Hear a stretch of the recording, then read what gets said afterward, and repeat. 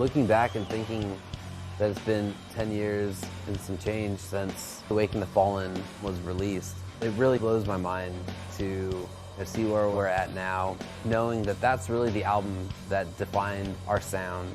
That was a record that we needed. There was a lot of strong melodies, a lot of interesting arrangements, just some cool ideas. Through it all, we have these great fans that have been with us since day one. Their passion for this band has only helped it grow to other people who see that passion. Awakening the Fallen really started to perpetuate that Avenged cult following. It was the very beginning of that big, underground, psychotic fan base.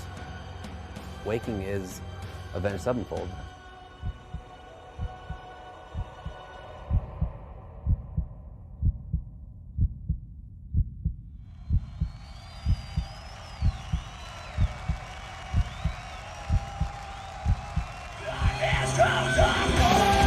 In the early days, me and Matt put all of our time and effort into sending our demos to every label in the world. Every punk label you can imagine, every hardcore label. We'd look at the back of 7-inch records and be some obscure label and be like, let's send them a demo and see if we can get signed. At the time, we signed with a Belgian label called Good Life, and we were just happy to be on a label. They really liked what we were doing. They wrote us like a paragraph contract.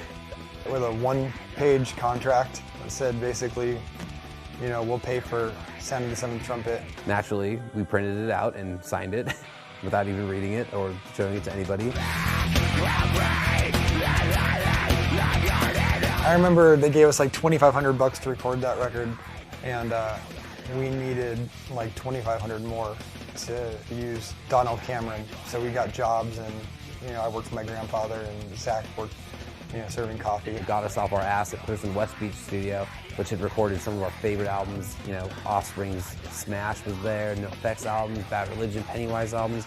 So just being in there was like legendary for us. As soon as the record came out, we had a pretty cool following. I think it was a lot of our family and friends that were just kind of coming to support us, but we were doing pretty well. So with that, we got management, because our manager, Larry Jacobson, said he'd love to End the Rapture, which is the first song on Sounding the Seventh Trumpet, and saw potential in us. We didn't want a manager because Rancid didn't have a manager, and some bands we looked up to didn't have managers, but he convinced us it would be a good thing. We were in the van touring for Sounding the Seventh Trumpet, touring everywhere with any band we could possibly open for, playing every city in front of just about nobody. You know when your band is almost there, when there's always those people in your band that aren't really quite as dedicated, they don't really care as much as you do about it. Matt was really great about the vision of where he wanted Avenged to go at that point, as was Zachy as well. We had started out a group of friends. Sin and Jimmy had Pinkley Smooth, their side project band. And I knew from day one, me, Jimmy, and Zach were for life, you know, and when we got Gates in the band, we'd already put a record out. Yeah, that was, for me, the beginning of Avenged Sevenfold. That was my genesis. Sin had joined the band permanently after hearing Sounding the Seventh Trumpet and wanting to be a part of it, you know, hang out with his friends, have a band that was willing to tour and record, you know, that was appealing to him. It has the coolest memories for me because I was welcomed into this band as a writer for the first time. I didn't come in just as a musician. Matt specifically said, I hear you're writing a lot for Pinkley Smooth. Just kind of left it at that, and I was like, I wonder what that means. You know, he was into it, and we're all friends, so I think he was going to do it because we're friends, and why would you quit on your friends? At that point, it was me and Matt kind of scouring the internet looking for anybody in Orange County that could play bass. Before my time, there was a friend of ours, Matt Wendt. I believe he was the first bassist in Avenged. Matt Wendt, who started the band with us, he wanted to go to college and do other things. You know, we had some other bass players in between there that never made it onto records, but you know, Justin Sane had some issues. It's funny, we're kind of like the Spinal Tap, but of bassists. Couldn't seem to quite get it right. All great guys, but some of them had different aspirations. And then we got our fearless leader, Johnny Christ, the immeasurable Johnny Christ. The way I came into the band, you know, I'd been kind of bugging them by, you know, knocking on the garage door where they were rehearsing before. We lucked out because we would have practices at Matt's parents' house in his garage, and Johnny would come waltzing down the street, smoking cigarettes. He must have been 4 years old at the time, and walk up and be like, yeah, this sounds cool. And he would pick up the bass and start jamming Primus songs with Jimmy in the open garage. And we're like, dude, just shut the fucking garage. Like, we're gonna get the police called on us. You know, they were definitely trying to get work done, and I was, you know, kind of bothersome. But when Johnny was always kind of hanging around, you know, he's a little younger than us, but, you know, he just fit in attitude-wise with Jimmy and with Brian especially, and they would have a lot of fun. So when we finally needed somebody, and we called little Johnny Seward. It was the last tour for Sending the Seventh Trumpet before they went in to write a new record. We called up Johnny, we're like, hey, we got a show in like 4 days, a Showcase Theater, it's gonna be sold out. Will you play? Obviously that's something I really wanted to do. Playing bass since I was 12 years old and really enjoy music, so the opportunity came up and I was like, well, you know, at least it'd be fun for me. So he quit high school, didn't have to ask him twice, dropped out of high school, fucking came over to my house, I showed him how to play a few of the songs. He was ready to go, played his first show, jumped in the tour van with us, never looked back. And I just said, fuck this. I didn't want to deal with it. You leave high school because you're selling out Showcase Theater. It's like, what is that, 400 kids? It's like, who would have known it would have got to this point? It's funny to say now, because at the time I was just so sure of it. Now I'm looking back, I'm like, man, I was kind of a weird kid, you know? Like, there was no guarantee that this was going anywhere, you know? Hadn't even done Waking the Fallen yet, you know? It was Sounding the Seventh Trumpet, you know? It's kind of funny. We're still touring in a van. Just give it all up, you know? At that point, that was, you know, that was the lineup. It was a good lineup and we were ready to take on the world. And, you know, you get out there with a bunch of guys in a van and you're on tour together and you go through all these life experiences. It's one of those things where you just know when it gels. We all want to do this forever. We don't care what anyone says, let's do it. So we were all on the same page and that was a cool feeling. It was probably the best bonding experience you could ever imagine for several years, and just worked out perfectly.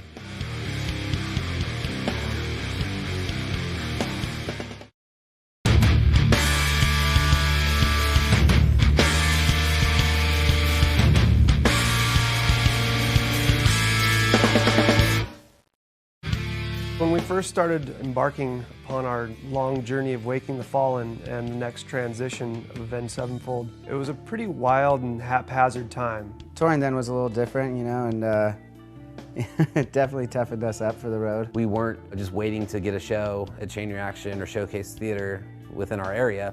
We were jumping in the van or jumping in our cars and playing in, you know, Santa Barbara, playing in San Diego, playing everywhere. If we could play in front of 20 or 30 kids, it was huge for us.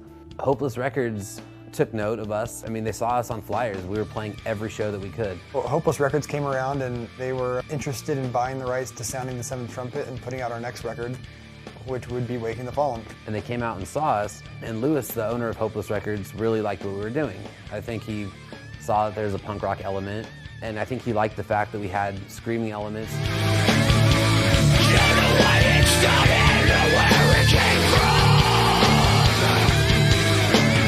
He definitely saw something in us at a time when other people didn't know what we were doing. And for that, I'm really appreciative. Everybody was really excited about what we were doing, and in turn excited us. You get with Hopeless and it's like, you know, it's a legitimate independent label that's gonna help put some money into the band, really help the distribution and everything, really help that record take off. No disrespect to Good Life Recordings, but being on a label that was in Belgium was a lot different than being on a label that was in LA, where you could actually work on things together, get a record going. So it was just always really artist friendly, you know, it was great.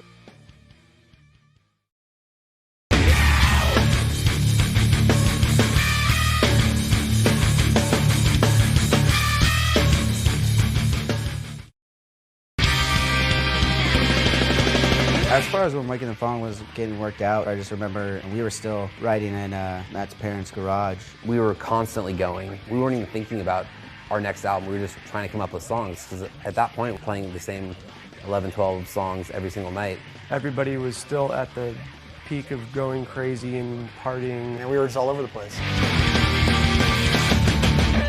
I don't even know how we constructed songs at that time. We just sat there and put all these things into a blender, and that was the Avenged Sevenfold sound. When you walked in, you wrote anything at any time, so it was ultimately fearless. And I think we've remained true to that, but there has been a stronger sense of what Avenged Sevenfold is and what Avenged Sevenfold sounds like. But then it was just haphazard chaos. It was a fun dynamic we had.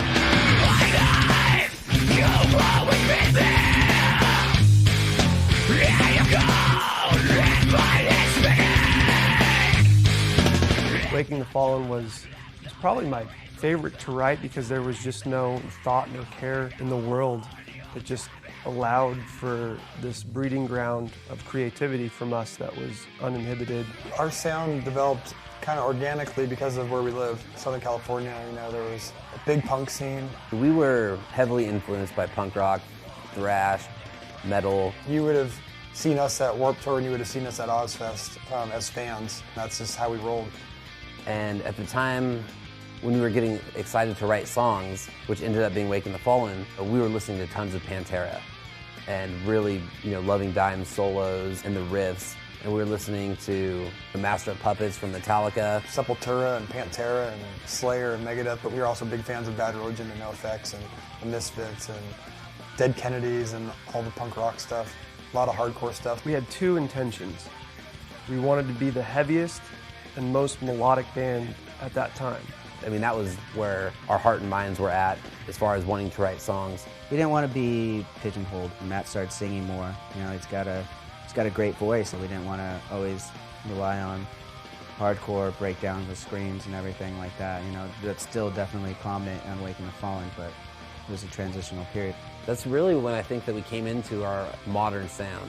I think that's when Matt's voice really lent itself to being heard in the way that is Avenged Sevenfold. It was very progressive. It had still its hardcore roots, but it just was surprisingly so melodic.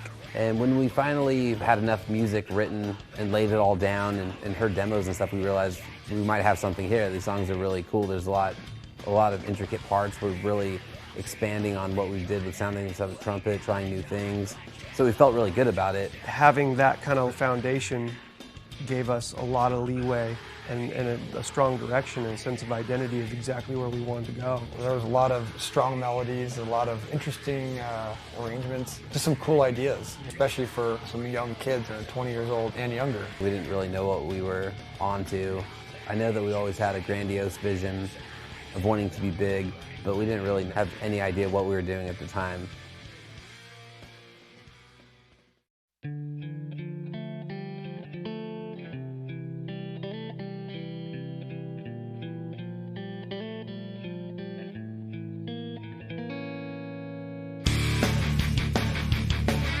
Wake in the Fallen was the first record where we utilized a producer. With the help of Larry, our manager, always guiding us, he knows the right support team that we need to be with. We had met our manager at that point and had a record label that was willing to actually pay for a recording. And at that time, for us, that was huge. I mean, the budget was probably really, really small, but they put us in with an actual producer. A feisty young Bostonian by the name of Mudrock. And he heard our Second Heartbeat demo and thought what we were doing was really cool. He really helped with that record, along with his cohort, Fred Archambault, who is just a fucking legend. That guy is just one of the most special human beings in the world. And we're still great friends. For us, it was really hard because we'd never really worked with a producer. And he was trying to harness the energy and kind of make it more focused. So there's a little bit of a struggle there with me, because obviously I grew up punk rock. I wanted everything to be raw and way too fast or way too slow, and I didn't understand the concept of guitars being in tune or timing or tempo, nor did the Rev. I mean, being one of the best drummers I've ever played with, he plays with absolute reckless abandon. He would go fast, he would go slow, his fills would be too all over the place.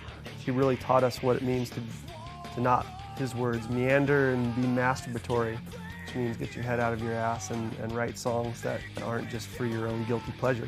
He definitely smacked us into reality, like we needed somebody to question the lyrics, we needed somebody to sit there and tell us when the vocal take wasn't good. We needed Jimmy to not overplay, we needed him to write the right drum parts for the songs. We needed everything to be spaced out and really thought out in how we were going to record this thing. Come through that door because you'll hear the worst thing you've ever heard. What's the worst you've ever heard? What's going on in that room? Let's go check it out. That was the only record that I think I really had a lot of trouble with. It was the first time I was ever in a real studio doing stuff. It was something that, as a kid, I never even thought of. And I thought of, you play in the garage, you play some punk songs, you play around, you just have fun with it. You're not thinking about anything else like that. I remember all of us just just getting our ass kicked in there. You know, it was really learning how things really work. You know, I remember Johnny sitting there with Fred for hours. Me and Fred just sat in the B studio room, making sure I knew the parts very well, working on my own bass lines while we were demoing out the songs and everything like that. Johnny became such a great bass player from working with Fred, and Brian just working on his solos for forever. And I remember Brian was even more picky than Mudrock was, because Mudrock a lot of times would say something's good, or Fred would say something's good, and Brian just do it over and over and over. We definitely learned, you know, an invaluable amount of information from the both of them, and we quickly applied it to the next record. By City of Evil time, we were running Pro Tools at my house, and we were making demos by ourselves and doing all the pre-production ourselves. So we learned quick, but we definitely needed somebody to teach us, and that was Mudrock and Fred.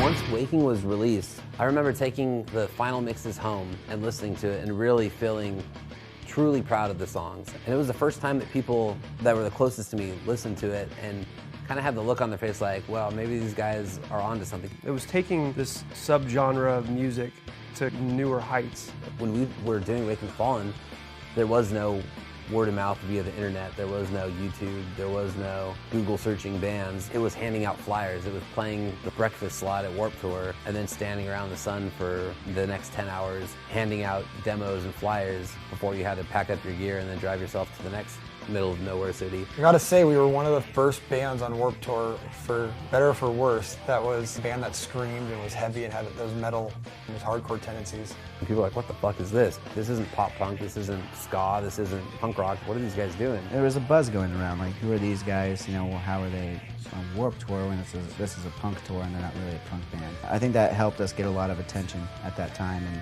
really helped kick off Waking Fallen. It started that whole scene, and it created awareness to that on a bigger level and a more grand scale. Now you look at Warped Tour and it's hard to imagine a tour without all that. You know, there's a lot of bands that are on there doing that. I'm coming to kill you, won't leave until you died. Murder born of vengeance, I close my brother's eyes tonight. At that point, you know, you're playing in front of thousands of people and doing what you set out to do, and it's like a dream come true. It was a real way to see the steady growth of the band, actually be able to visualize it and to see the progression, the stages getting bigger, the crowds getting bigger and everything like that. We have a reason to jump back in the van and go starve ourselves on the road and drive around the country over and over again. And by the time we made our way back home, we had realized that we had went from a band that had 100 fans to a band that maybe had 1,000 fans.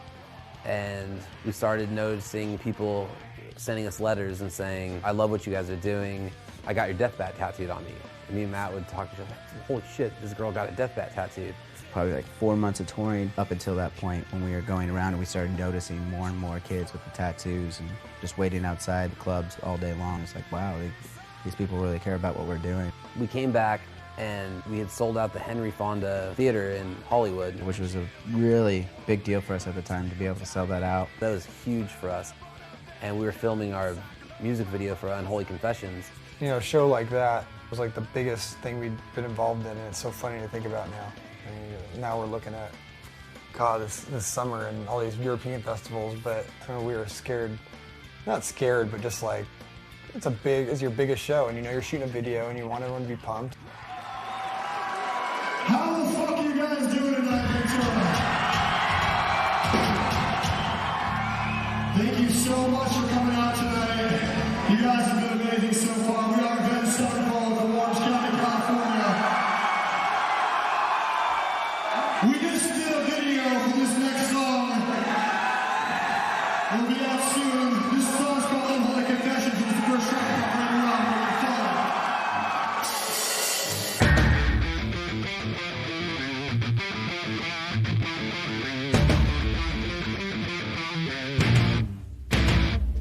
One thing that we have always had from the early days is integrity with what we do, from the artwork to the songs that we write to the music videos. Because of the success of Waking the Fallen and then signing a deal with Warner Brothers, part of the deal was like, hey, will you help us make a video for Unholy Confessions? Because when Waking the Fallen was out, we didn't have a budget for a video or even think about making a video. Unholy Confessions was becoming a popular song that we were playing live. So we did one video first that we weren't happy with, so we scrapped.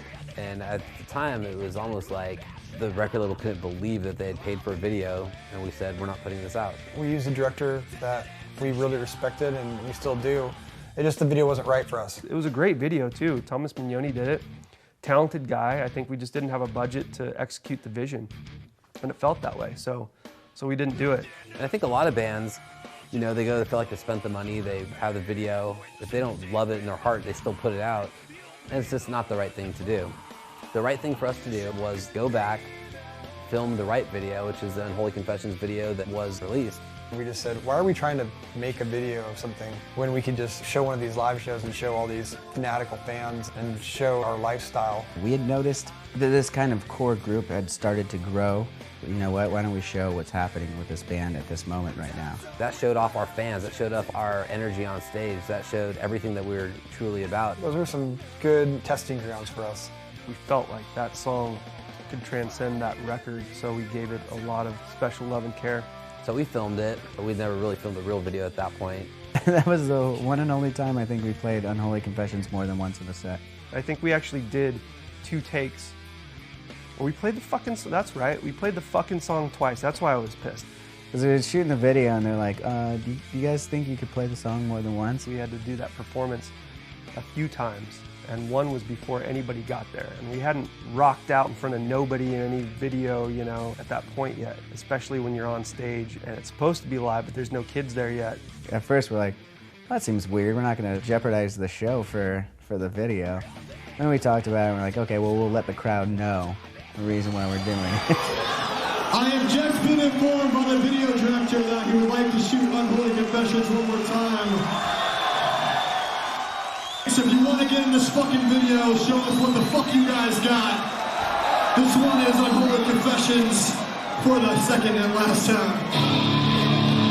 But it felt fucked up to have to do takes at a live show. We're going to play the song again. But we're doing it so they get extra shots for the video and stuff, and they loved it. They went even crazier the second time we played it as soon as they knew that there was going to be a video and everything like that. So that was really cool. The one thing about these guys is everyone always steps up to the plate when things need to be good or need to be right. And that was one of the first examples of like, okay, we got to nail this show. We got to, you know, make sure the energy's there, and the video is a testament to that. Ultimately, it's the video that ended up getting played on MTV2 Headbangers Ball, which is huge for us. I mean, that's people started finding out about us. There was a lot of kids you'd see out in the crowd with their death bats on their backs or whatever, and they would be pointing at them, trying to get your attention. You'd see them down there and give them a wave, you know, that's cool. It was very exciting, you know, to see someone that appreciative or that into what you're doing artistically, musically. It's just very rewarding.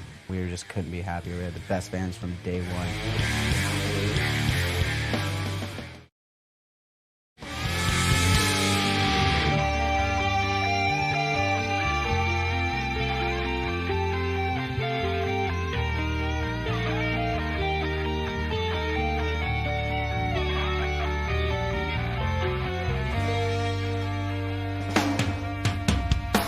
Waking the Fallen to me is a record that sounds 10 years old. But I like that, you know, there's a lot of older records that people try to mess with and remix and master, and I think it ruins them. I think the record is what it is, and it's, you know, as big as it is because of all the different flavors and all the different, you know, nuances of it. Now that we're older and have written a lot more versatile songs, from groove-oriented to songs like A Little Piece of Heaven that are all over the place, to more rock-driven, like backcountry, and we're able to go back to playing songs from Waking the Fallen, just about anything on that album, and fans are still really excited to hear them. It's funny because a song like Eternal Rest is still fast as fuck. We just brought back Eternal Rest into the set for these last South American dates, and it's funny because when you play them now, maybe the first night was a little nerve-wracking, but once we got the mix right, it was just so much fun to play. It had this punk rock element to it, and it's one of the more metal songs on that record, but it feels more bare bones and stripped, but aggro, and you kind of felt like how it felt to write a song like that, and to play it was just fun. It was just so much fun. You know, as we've grown and matured, we've learned that a lot of times less is more. Those songs were even crazier on the demos before, believe it or not. We thought at the time they were trying to harness all of our abilities, but really it was still pretty wild and out there. We really just wanted to write eclectic, adventurous, crazy songs. We play on Holy Confessions every show, and it's always a crowd favorite. It's kind of crazy because, you know, this year coming up we're going to be headlining Donington, which is a huge festival in England, and, you know, it's crazy to me to think that we're going to be playing some songs from Waking the Fallen. The songs have come so far, you know, going from being unsigned to all of a sudden playing 3 or 4 songs on the biggest stage in the world. It's kind of a crazy thing to think about. We were just young kids out of our minds writing music that we loved in hopes that somebody would come see our band someday. I definitely knew that there was a chemistry between Avenged and their fans that was unlike any other band I'd seen, really. They felt like we were doing something really special. I mean, we really did too, to be honest. And I think that's another reason why our fan base has been so loyal and so great throughout the years, is I think that they recognize that. And flash forward to now, again, you know, there's those same fans out there. They've grown with us as we've grown as a band, making new songs and new albums and everything like that. The shows have gotten bigger.